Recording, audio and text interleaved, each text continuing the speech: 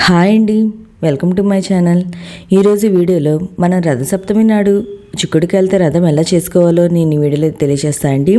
ప్రత్యక్ష దైవమైన శుభకరుడైన సూర్యనారాయణుని జయంతిని సూర్య జయంతి లేదా రథసప్తమి పండుగ అంటారు. ఇది మాఘమాసం శుద్ధ సప్తమి నాడు జరుపుకుంటాము. ఈ రథసప్తమి యొక్క డేటు, పూజా సమయము మన ఛానల్లో ఆల్రెడీ వీడియో ఉందండి. నేను డిస్క్రిప్షన్లో ఇస్తాను లింక్ని, కావాలనుకుంటే ఒకసారి విజిట్ చేయండి. ఈ రోజున మనం పూజ చేసుకోవడానికి సూర్య భగవాన్ని చిత్రపటాన్ని కానీ లేదా సూర్య యంత్రం కానీ లేదా చిక్కుడుకాయలతో 7 చిక్కుడుకాయలతో రథాన్ని చేసుకొని మనం పూజ అయితే చేసుకుంటామండి. అయితే ఈ చిక్కుడుకాయల రథం ఎలా చేసుకోవాలో అనే విషయం నేను ఈ వీడియోలో తెలియజేసండి. మీకు ఈ వీడియో నచ్చినట్లయితే లైక్ చేయండి, మీ ఫ్రెండ్స్ అండ్ ఫ్యామిలీ మెంబర్కి షేర్ చేయండి. ఓకే అండి. మనకి రథసప్తమి ఫిబ్రవరి 4వ తేదీన అనగా మంగళవారం రోజున వచ్చిందండి.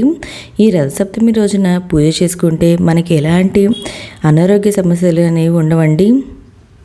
ఈ రథసప్తమి రోజున సూర్యభగవాన్ని భక్తి శ్రద్ధలతో పూజను ఆచరిస్తే ఒక వ్యక్తి యొక్క మానసిక, శారీరక మరియు మానసిక ఆరోగ్యంగా ఉంటామండి.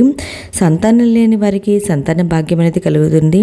ఎలాంటి వ్యాధులు మరియు రోగాలను ప్రధానంగా కంటి లేదా చర్మ సమస్యలను నయం చేస్తుందండి. ఈ జన్మ మరియు గత జన్మల పాపాలను కరిగించి ఈ పూజ చేయడం వలన జీవన్మరణ చక్రం నుండి ఆత్మను విముక్తి చేస్తుందండి. ఇంకా విజయం, వివేకం, పేరు, కీర్తి, సంపద లభిస్తుందండి. ఓకే అండి. ఆదాయపరంగా కూడా మంచి ప్రయోజనాలు చేకూరుతాయి. ఈ పూజ ఎలా చేసుకోవాలో కూడా మన ఛానల్లో వీడియో ఉందండి. ఆ లింక్ కూడా నేను డిస్క్రిప్షన్లో ఇస్తాను. ఒకవేళ ఇంట్రెస్ట్ ఉంటే విజిట్ చేయండి ఒకసారి.